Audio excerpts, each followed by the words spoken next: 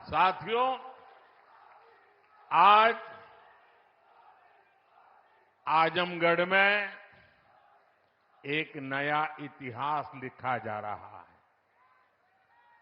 यहां से लेकर विदेश तक जे भी आजमगढ़ का रहने वाला हो, सबके आज बहुत खुशी मिलत हुई। ये पहली बार नहीं हो। एक रे पहले जब हम पूर्वांचल एक्सप्रेसवे का उद्घाटन कईनी, तो आजमगढ़ के सब आदमी कहत रहे कि अब लखनऊ में जहाज से उतर के हमन यहां 2.5 घंटा में आ जाब। अब तो आजमगढ़ में आपन जहाज उतरे का ठिकाना हो गेल। एकरे अलावा मेडिकल कॉलेज और यूनिवर्सिटी बनने के कारण पढ़ाई और दवाई के इंतजाम के लिए भी बनारस जाए का जरूरत कम पड़ी। साथियों, आपका ये प्यार और आजमगढ़ का ये विकास जातिवाद, परिवारवाद और वोट बैंक के भरोसे बैठे इंडी गठबंधन की नींद उड़ा रहा है।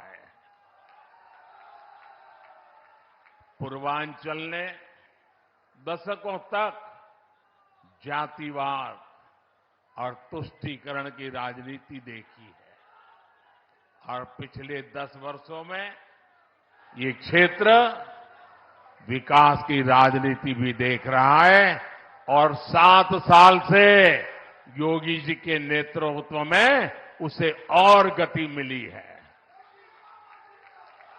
यहां के लोगों ने माफिया राज और कट्टरपंथ के खतरों को भी देखा है और अब यहां की जनता कानून का राज भी देख रही है।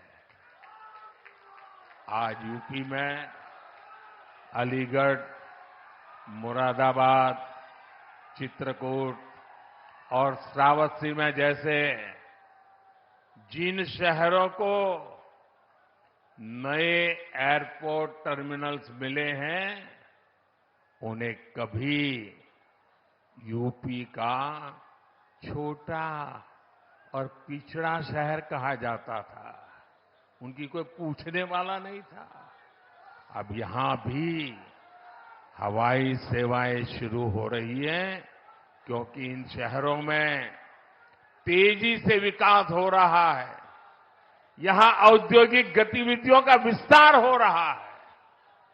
जिस तरह हमारी सरकार जन कल्याण की योजनाओं को मेट्रो शहरों से आगे बढ़ाकर छोटे शहरों और गांव देहात तक ले गई, वैसे ही आधुनिक इंफ्रास्ट्रक्चर के काम को भी हम छोटे छोटे शहरों तक ले जा रहे हैं। छोटे शहर भी अच्छे एयरपोर्ट, अच्छे हाईवे के उतने ही हकदार हैं जितने ही बड़े मेट्रो शहर हैं।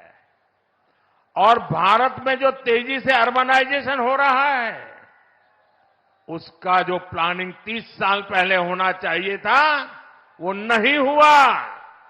हम उसी को ध्यान में रखते हुए आज टियर 2, टियर 3 सिटी उनकी ताकत बढ़ा रहे हैं ताकि अर्बनाइजेशन रुके नहीं और अर्बनाइजेशन एक अवसर बन जाए, उस दिशा में हम काम कर रहे हैं। सबका साथ, सबका विकास का यही विजन डबल इंजन की सरकार का मूल मंत्र है। साथियों, आज आजमगढ़ मऊ और बलिया को कई रेलवे प्रोजेक्ट्स की सौगात मिली है। इसके अलावा आजमगढ़ रेलवे स्टेशन का भी विकास किया जा रहा है।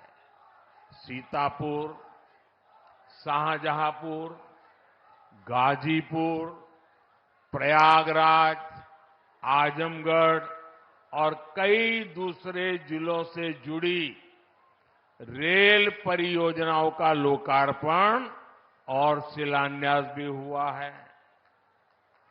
प्रयागराज रायबरेली, प्रयागराज चकेरी और शामली पानीपत समेत कई हाईवेज का लोकार्पण शिलान्यास भी अभी अभी मैंने किया है। प्रधानमंत्री ग्राम सड़क योजना के तहत 5000 किलोमीटर से ज्यादा सड़कों का लोकार्पण हुआ है। ये बढ़ती हुई कनेक्टिविटी पूर्वांचल के किसानों के लिए, यहां के नौजवानों और उद्यमियों के लिए एक सुनहरा भविष्य लिखने जा रही है। साथियों, हमारी सरकार की प्राथमिकता है कि किसानों को उनकी उपज का सही दाम मिले। आज पहले की तुलना में कई गुना बढ़ी हुई एमएसपी दी जा रही है। गन्ना किसानों के लिए भी इस साल लाभकारी मूल्य में 8% की वृद्धि की गई है।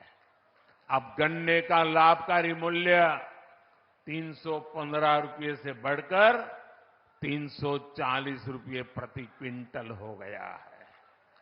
आजमगढ़ तो गन्ना बेल्ट में गिना जाता है।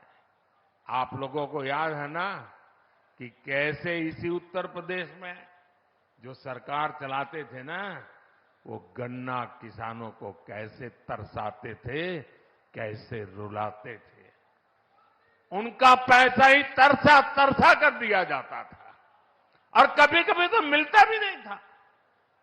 ये भाजपा की सरकार है जिसने गन्ना किसानों का हजारों करोड़ का बकाया खत्म कराया है। आज गन्ना किसानों को सही समय पर गन्ने का मूल्य मिल रहा है। गन्ना किसानों की मदद के लिए सरकार ने और भी नए क्षेत्रों पर बल दिया है। पेट्रोल में मिलाने के लिए गन्ने से इथेनॉल बनाया जा रहा है। खेत में जो पराली है उससे बायोगैस बन रही है। इसी यूपी ने चीनी मिलों को कोड़ियों के दाम बिकते और बंद होते देखा है। अब चीनी मिलें भी शुरू हो रही हैं और गन्ना किसानों का भाग्य भी बदल रहा है। केंद्र सरकार जो पीएम किसान सम्मान निधि दे रही है, उसका लाभ भी यहां के किसानों को मिला है। अकेले आजमगढ़ के ही करीब 8 लाख किसानों को पीएम किसान सम्मान निधि के 2000 करोड़ रुपए मिले हैं।